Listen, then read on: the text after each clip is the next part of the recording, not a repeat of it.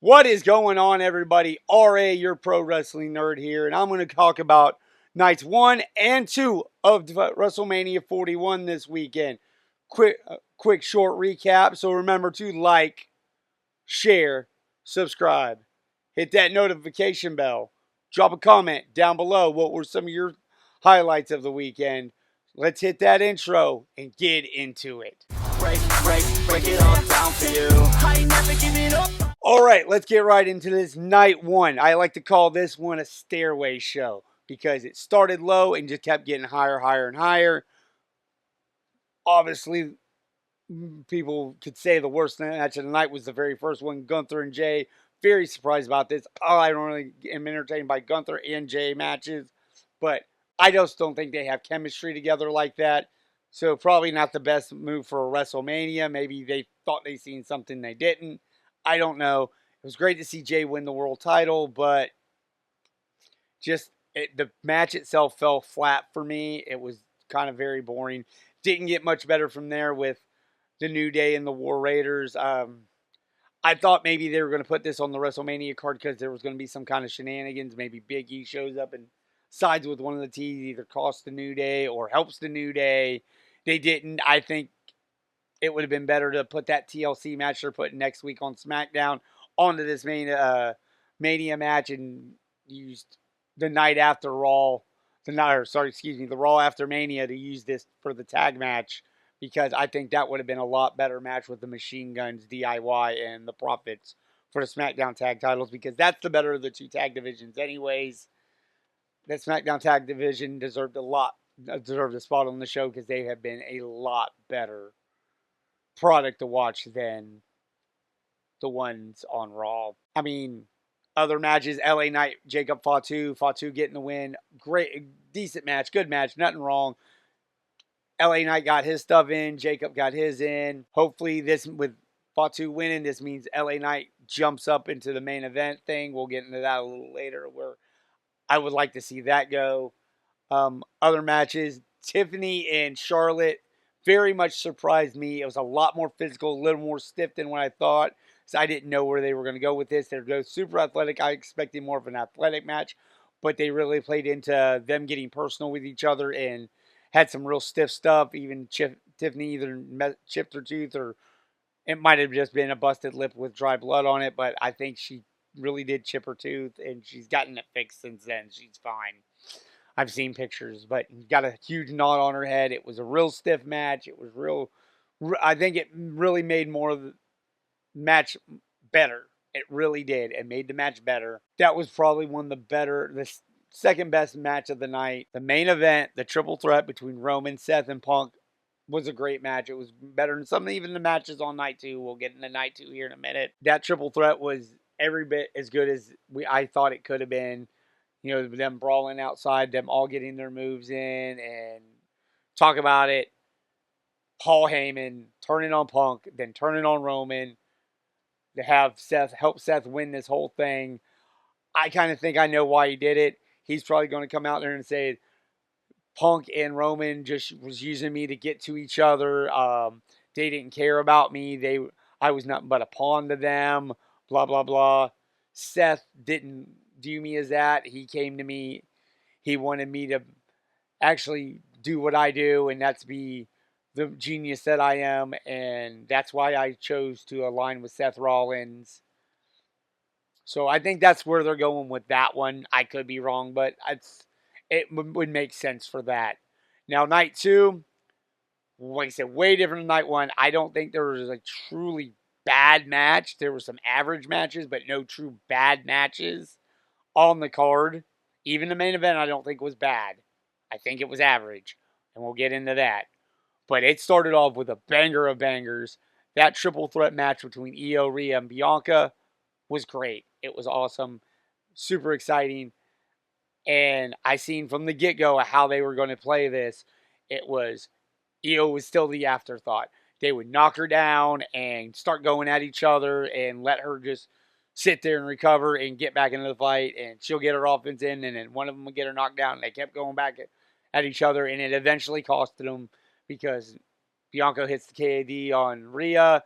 after Rhea left Io kind of dazed on the top rope. So Io hits her over the moonsault, pins Bianca, retains her title. I love that for Io. She did the job for Bayley last year. Her keeping the title this year just was really, really good. Really did like it. The Intercontinental four-way match, wow, that was just awesome. A lot better than what I thought it could have been. I thought it could have been a train wreck. Um, but it wasn't, and it played out exactly like I thought. Dom winning, especially getting the pin on Finn. I think that's going to lead into the start of the fracturing of the Judgment Day because Finn's going to be a little more salty, taking that L and having Dominic win the IC title, then and vice versa. Because Dom's always been the I'm going to go with the flow kind of thing, and I'm just happy the Judgment Day won, and to my surprise, the crowd popped for him. No boos, not like we've been hearing for years, which is great because he's put in a lot of the work. He's been one of the best things going in wrestling, WWE or anything for the past few years. He's been awesome. He's played his part well. See him get that love and get that spot at WrestleMania, I liked it. It was awesome. That was cool. Probably the moment of the night, especially for me, the Randy Orton Open Challenge. Who is it going to be? There was rumors of Rusev. There was rumors of Aleister Black. There was rumors of Solo. There was rumors of Nick Aldis. But who was it? I take credit for this. When we recorded predictions on Tuesday, I said his name. He appeared. It was Joe Hendry. Joe Hendry to a massive pop. 61,000 people or something. 63, I think it was. They eventually matched after Stone Cold tried to run over a four-wheeler there. But I think he announced it was 63 some odd people there singing along to Joe Hendry. Yeah, he didn't get the win. It wasn't a long match. It wasn't even that great of a match, but it was thrown together last minute, as we all know. Who knows when they went to the well to say, hey, Joe, you want a WrestleMania match?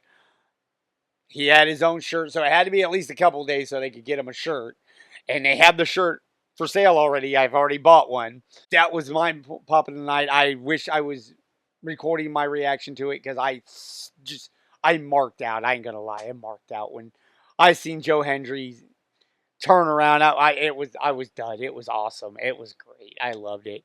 Speaking of mysteries, the tag match, the return of Becky Lynch being the mystery partner for Lyra Valkyria after Bayley was took out. After apparently this was been in the works for this is what the whole thing was supposed to be about. Everybody's complaining, oh, why they do it to Bayley. Did it to Bayley because Bayley let it. Because Bayley's a team player. She knew what the bigger pop would be. She knew the bigger moment. She's had her moments. She'll more than likely have other moments. Just because she didn't get this moment, she's not going to get salty about it because that's not the kind of person she is.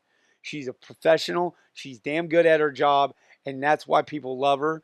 And this is why we love her, because she's willing to step aside and let other people have that moment. That was the bigger moment. Story-wise, it made sense. Becky's friends with Lyra. They've already put that in. You know, the respect they got from their NXT title program. And, you know, Becky was right there with Lyra when she pretty much walked away for the year. And coming against Liv, who's been running around for a year saying she retired Becky Lynch. The only thing I was truly surprised is that Lyra and Becky won the tag titles. They won the tag titles. So let's get into the Logan Paul AJ Styles match. Good match. It's what I thought it was. They put Logan there with another veteran, you know, to get him the win, to up his thing because he got the win. I said he was going to get the win. To up his stock even more, and they knew AJ's in there. He's going to be safe. He's going to give him a good match. I think Logan's getting to the point where he doesn't need those. He can face younger talents where he can carry the match. Because Logan's getting better every time in the ring. AJ losing to Logan, no big surprise, and it works. I like it. You know, AJ's at the point to where that's where he is in his career. He's trying to put the younger generation over. As I explained in predictions, that's what it is. Now let's get into the main event. Cena, Cody. I know people weren't digging the match that much. I wasn't digging the match. I was expecting more. It wasn't more. It wasn't bad. It was what it should have been. Truthfully told, it was what it should have been. Cody keep kicking out of AA. Yeah, because as Wade Barrett even said, John Cena is a shell of his former self. He's not the same guy. This is why he's turned heel, because he wanted to get this title at any cost. He knew on his own merit, he can't do it anymore. He's too old. This is why he's retiring. He can't do it no more. He hadn't won a singles match in 7 years. Come on. He hadn't won a WrestleMania match in, 10? The last time he won was, when he beat Miro? But, that was the story. There's the reason Travis Scott came down and had to help him, because he wasn't going to beat Cody on his own merit. He couldn't do it. So I'm fine with that. I wish The Rock would have been there? Absolutely. I love The Rock. Anytime The Rock shows up, I'm happy for it. I was hoping maybe it'd push a little forward. Maybe they had Seth come out. Like, I know a lot of people are trying to say maybe Seth's this third guy because he's counting down. There was 3, then there was 2, 1. Who's this last guy? If that's even it, it could just be coincidental. But overall, it wasn't a bad match. It wasn't a great match. It was a little underwhelming, especially for the last match of the weekend. Sometimes we don't get it. Sometimes it just falls flat. It happens. Hopefully maybe they pick it up and can salvage something out of it. Now, for predictions for the show, for the title, we have Little J with 11. He's in second place. And your reigning, defending, undisputed Pro Wrestling Nerds prediction champion is still me with 13 points for the night. Big Johnny only mustered 6. Please help this man. Get in the comments. Help him out for the yearly rewards and the punishment. In second place with 36 points, Little J, you were safe. You were safe. You can probably tell by how low he scored at WrestleMania. Big Johnny, with a total of 30 points, is in last. I had 39 in first. For that, we have another special treat. The yearly winner predictions gets to Ulafala, because I am your tribal chief. And this channel, I am your tribal chief. You will acknowledge me. And that means Johnny, in last place,